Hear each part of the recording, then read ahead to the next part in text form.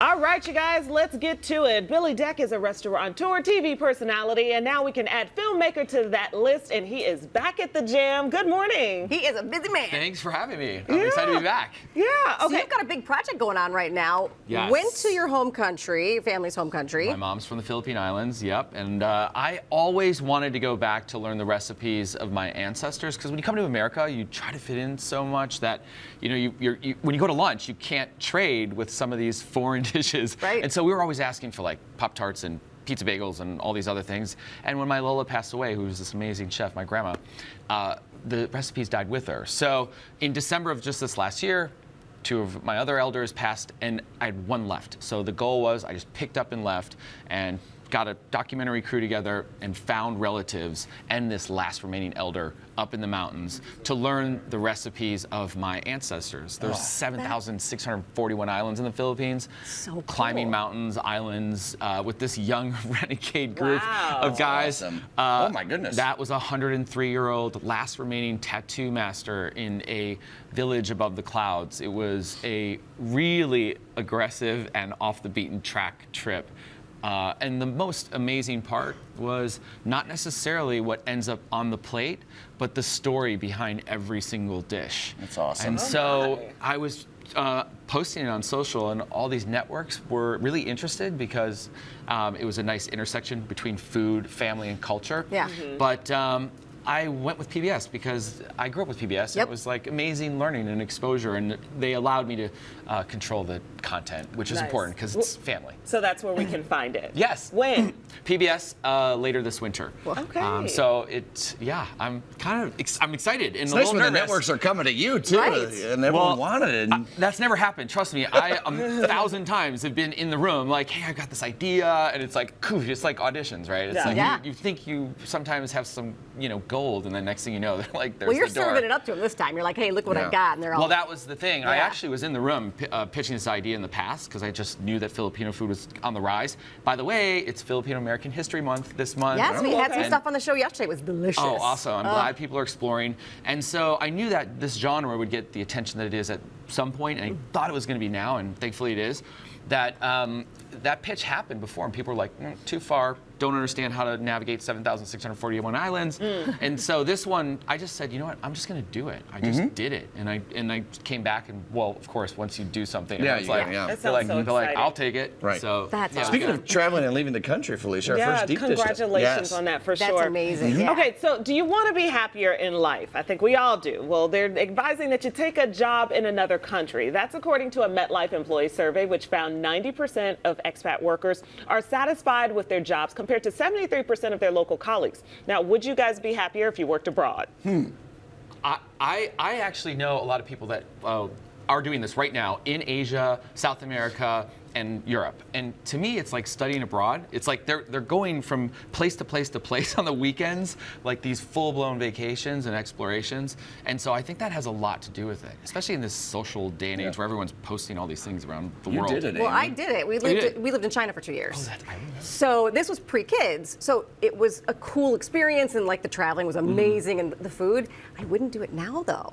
Oh yeah, well, Not like it's 3 kind of kids hard to later, and navigate. like to the kids, and I mean it was not an easy culture to assimilate to as well. Okay. So that made it difficult. So I imagine it's an awesome challenge. It's something Yeah. new to give yourself an opportunity to try something if you're especially stuck in a rut. And also, I imagine, and Amy and Bill, you can speak to this, the idea of that you learn a lot about yourself when you go visit and talk to other people. And you learn a little bit about your strengths that you didn't realize Yeah. that you had, especially when you do it to assimilate to a new culture. And your weaknesses. And- I didn't want to say that, but Well, yes. my husband and I were both like, okay, this is either gonna. We had just gotten married, and like literally 3 months later, we're in China. We were like, this is gonna make us or break us, and it was a wonderful experience. Oh, it sounds amazing. I would love to do something like this. I've traveled to a lot of different countries, but I haven't lived in another country for, longer than 3 weeks. So I would love to do this. I think the world is just so big, Yeah. and we have access to like never before. And so I encourage everyone Yeah. to travel, to see something different. And me personally, I don't know when it's going to be, before kids, during kids, or after kids. I am going to live in another country. Amen. All We'll right, hold you just to do here. it. Yeah. All right, do you tip your Uber driver? If you all out there said yes, well, 60% of you are lying. 60%. In fact, only about 1% of you always tip. It's part of new analysis that the companies in-app tipping are doing. Now, researchers are excited because it's actually the widest data set of tipping in general ever, and you're in the industry, Billy, so this is fascinating stuff. And the results are interesting, too. So here's a few interesting tidbits that I pulled from the article. Men tip more often than women. Oh, that's kind of surprising. Number 2, men tip more often if their driver is a young woman. Yeah, I was just going to say. Number 3 is riders tip less for older cars, so if you're going into an older car, or if the driver speaks another language. Oh, man. I can see that. And riders tip more often if the driver's on time. But that was really the only one that was tied to performance on the driver. It's based more on the rider and who they are. Anything surprise you there? I just thought the one that I know was so obvious was when men were tipping younger women a little bit more. I think it's really interesting because Uber is one of those very rare platforms or places where it's okay not to tip because it was kind of Rolled out that way. integrated into it. Yeah. And I would love to know the whole sort of rating system because then everyone's involved, right? And then, whether it's an old car or a woman or whatever. Right. Interesting about Nashville, since I'm there half the week. It's funny, I was talking to Chicagoans that live there in Nashville, and they go back and forth. When they're in Nashville, they start with a 5, and it's for them to lose. When they're in Chicago, they start with a 4, and they either go the up. game to the 5. So Chicagoans are harder on their drivers. Yeah, yes. Interesting. So I just thought that was a really interesting thing. I'm sure tips align with that. Well, actually, they were saying that the tips didn't align with the driver's ratings all that much. There wasn't much correlation. It was more on the rider's rating. So what kind of person that rider is, their experience in the car, what drivers think about them has a direct correlation to how they tip. And I imagine that just is, if you're one of those outgoing people that you love to tip, maybe you're in the industry and you know what that life is all like, or you're part of that gig economy, you tip more. So I don't know. The whole thing is fascinating. There's a lot of other tidbits in there. But I find it interesting that there's, they say that tips represent $36 billion in our economy, and we have very little data on it. Well, it's interesting with this, too, because I know, at least for myself, because I am not technologically savvy. Shocking. But for the longest time, when they added tips to the app, I didn't know. Oh, I really? wasn't aware that you could tip through the app yet. So there could have been, I don't even know how many months before I was like, oh my goodness, I should be tipping through Do you the tip app. every time now? Now I tip. I tip every time, at least $1. At least $1. Felicia, you tip every time? I heard her giggling over there. So I only tip if I know that I'm doing something that's difficult, or if I'm the problem. But normally you don't. No, normally I don't. But if it's like if I feel like my husband is being unruly, or if my family had a drunken night. So it's like an apology tip. Yeah, right? I'm an apology tipper. In Uber, everywhere else I tip, but in Uber you only get extra cash if I know that I was the problem. That brings up, how they can rate you, right? Right. Yeah, Exactly. Have you checked your rating? We're not going to talk about Uber rating. We're going to dive into this in the commercial So break. basically you're paying off the person for a forgiveness rating. We're a handful, guys. Billy, you're not going anywhere. You're going to join us in the 7 a.m. Oh, yes. hour, too. Excellent. All right, check out other projects. Hey, we are back with another round of Deep Dish. TV personality, filmmaker, restaurateur, businessman, whatever you want to label him. Billy Dec is here. You got a lot of hats, my friend, and not just the one on your head. All right, turns out the average American customer will give a retailer 3 chances to right a wrong before they bail and never return. Thanks to the digital age and email, social media, consumers now have even more resources to share their feedback or reviews. What do we think? Do you give somebody 3 strikes? I'm surprised. I think that's high I do these too. days. But for retail, we talked about restaurants. Obviously, the 1 strike kind of makes sense because you have so many choices. Right. But retail, let's say there's not a ton of options, right? Well, I'm imagining they're talking about retail stores, and now you can order so much on the internet that if you don't really provide that extra elevated experience emotionally as a human, I'm just going to go online. I'm with you because I don't like to shop. I physically do not like to shop. So if I go in and I am frustrated, I ain't ever coming back. Really? Just that one time will do it? Yep. I guess it depends on the scope of the issue. Like if it's a terrible customer service experience and then they wouldn't make something right and no one came to apologize or anything along those lines, they didn't try and make it good, then I'd be out. But I had a recent experience with a retailer where it was kind of back and forth. I was Oh, yeah, telling that's yeah, right, yeah. exactly. But they made it good. They stuck to their word to fix the experience. And now, you know what? It actually kind of makes you a little bit more loyal to those places. I think that there are opportunities for retailers out there that if there is a negative experience to really turn it into a positive one if they're smart about it. Yeah, I actually value that communication just because I myself am a small business owner. So if I'm able to let someone know, like, hey, this is the issue that I've experienced as a customer, hopefully it can make them better. Yeah. But I think there's levels to this, like you're explaining. Like it could be a small infraction where it's like, okay, somebody just had a bad day. Or it's like a structural fundamental issue, you owe me money type situation. Then, you know, it gets a little more And maybe serious.